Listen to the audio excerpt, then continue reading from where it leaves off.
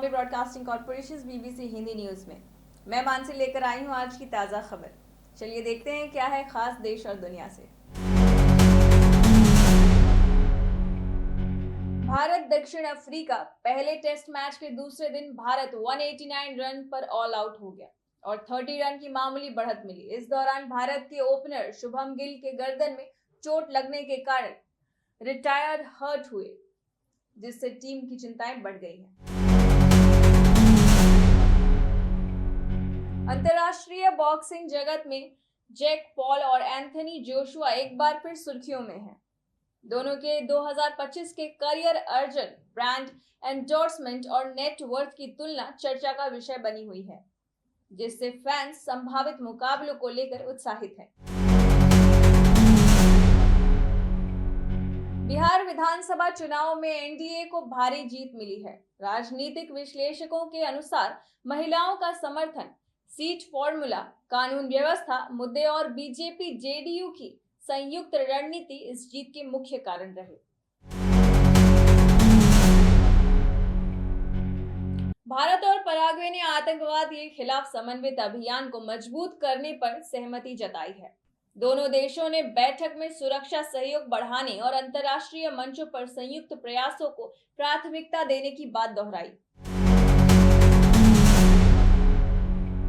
मुंबई के कुर्ला पश्चिम स्थित electrical inspector कार्यालय के एक सहायक अभियंता को 1 लाख रुपए की रिश्वत लेते हुए रंगे हाथ पकड़ा गया।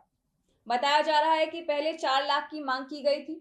एंटी करप्शन ब्यूरो ने मामले में आगे की कार्रवाई शुरू कर दी है। बीएमसी ने मेट्रो लाइन 7A के ठेकेदार को प्रदूषण नियंत्रण नियमों के उल्लंघन पर नोटिस जारी किया है। साइट पर धूल और प्रदूषण कम करने के निर्देशों का पालन न करने पर निर्माण कार्य रोके जाने की चेतावनी भी दी गई है। मुंबई के घाटकोपर, कुर्ला और चेंबूर समेत कई पूर्वी उपनगरों में वाल्व बदलने के काम के चलते 14-15 नवंबर को 22 घंटे की जलापूर्ति बंद रही। बीएमसी ने नागरिकों से पानी पहले से स्टोर करने की अपील की थी। यूपी सरकार ने बदले वृद्धावस्था पेंशन के नियम।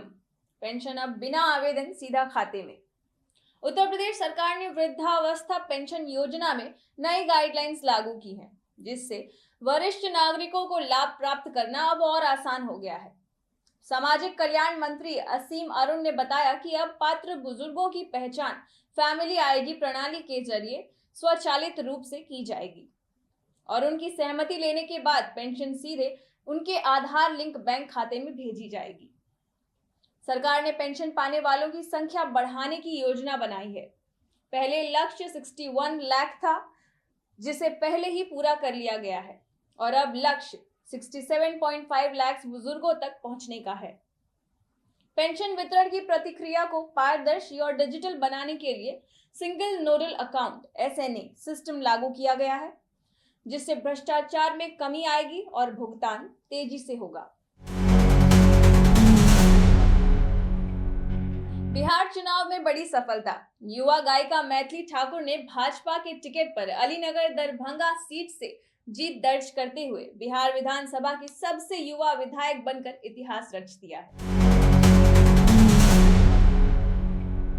भाजपा ने पूर्व केंद्रीय मंत्री आरके सिंह पर अनुशासनहीनता और पार्टी विरोधी गतिविधियों का आरोप लगाते हुए उन्हें 6 साल के लिए पार्टी से निष्कासित कर दिया है। बीजेपी का कहना है कि उनके हालिया बयानों, जिनमें उन्होंने पार्टी की लाइन में अलग रुख अख्तियार किया था, संगठन से अंदरूनी भ्रांति बढ़ रही है। देखते रहिए Bombay broadcasting corporation BBC Hindi news, क्योंकि हर खबर पर है हमारी नजर।